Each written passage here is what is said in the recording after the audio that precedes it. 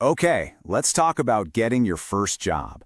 Right now, it probably feels like you're trying to solve a puzzle, but you're missing half the pieces. You are so ready to start your career, but it seems like every single door is locked.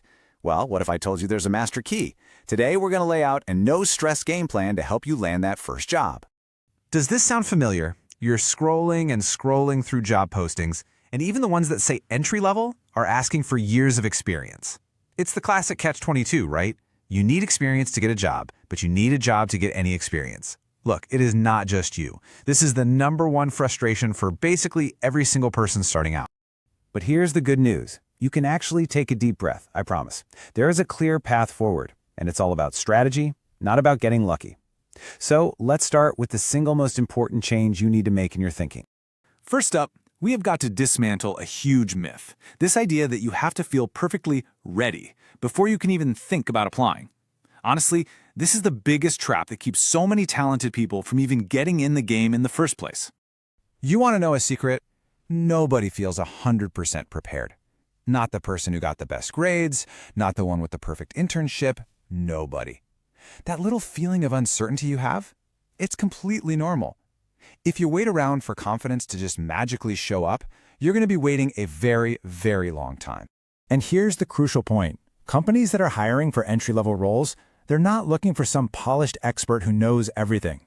They're looking for a plant they can water. They want someone who is eager, who's adaptable, and most importantly, someone who is trainable.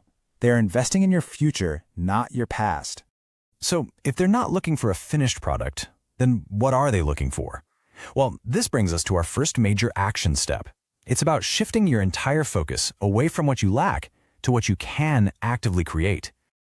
Let's just be crystal clear about this. For your very first job, you do not need formal paid experience. That's the myth we're leaving behind, right here, right now. What you need is something so much more powerful. You need evidence. You need tangible proof of your skills, your passion, and your ability to learn. And you know what the best part is? You are in complete control of creating it, and you can start today. So, what does this evidence actually look like? It's way simpler than you think. It's that small project you built over a weekend. It's that practice task or online coding challenge you finished. It's even just a project where you taught yourself a new skill. Every single one of those is a signal to an employer that you're a self-starter. And you've got to remember this. An employer would so much rather see a small, completed project that's proof you can do something than just hear you say you have the potential to do it.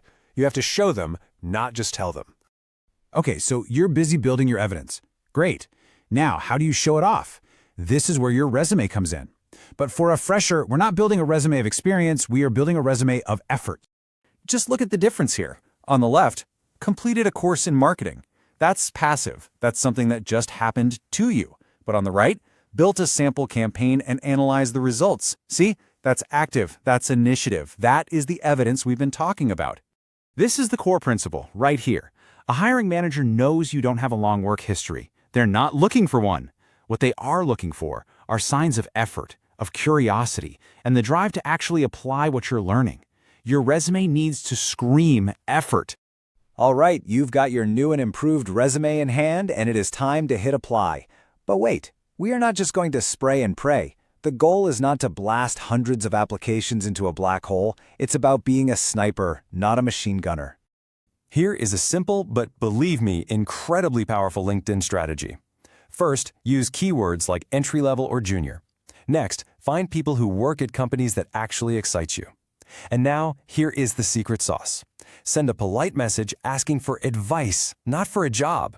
This one tiny shift changes everything. It opens doors, and it often leads to referrals without you even having to ask. So how do you pick the right places? Look for these 3 green lights. Does the role seem right for someone who's still learning? Does the company mention training or mentorship programs? And does the job description talk about growth and development? These are the companies that are actively looking to invest in someone just like you. Yes! You've made it to the interview. Now the game changes a bit. The key here is to understand what the interviewer is really looking for. They know you're new. They are not trying to trip you up. See, they're not just checking your skills. They're evaluating your mindset. Are you hungry to learn? Do you take ownership when something goes wrong? And can you stay positive and focused when things get tough? Your answers need to prove these 3 things. This single sentence is your secret weapon. It is so powerful because it directly addresses their main concerns. It shows self-awareness, I may be new, confidence, I learn fast, and coachability, I apply feedback immediately. It's the perfect way to frame your lack of experience as a huge strength. Okay, we need to talk about the hardest part of this whole process, rejection. It's going to happen, and if you're not prepared for it, it can completely derail your search. This requires one final, really powerful mindset shift. What if rejection wasn't an endpoint? What if it was just data? Think about it. Each no is a piece of information. What question stumped you? What could you have explained a little better?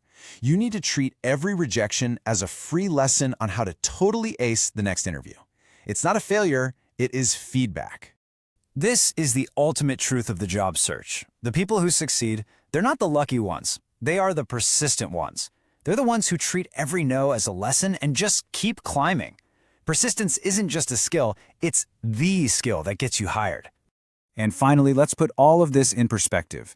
There is so much pressure to find the perfect first job, but you have to know this job isn't your final destination. It's just your entry point. It's the ticket that gets you into the game, the platform for everything that's going to come next. So take a breath. The real adventure is just getting started. So there you have it. The game plan is clear. Stop waiting to feel ready, start building evidence, learn to communicate your effort, apply strategically, and treat rejection as data. The only question left is, what are you going to build first?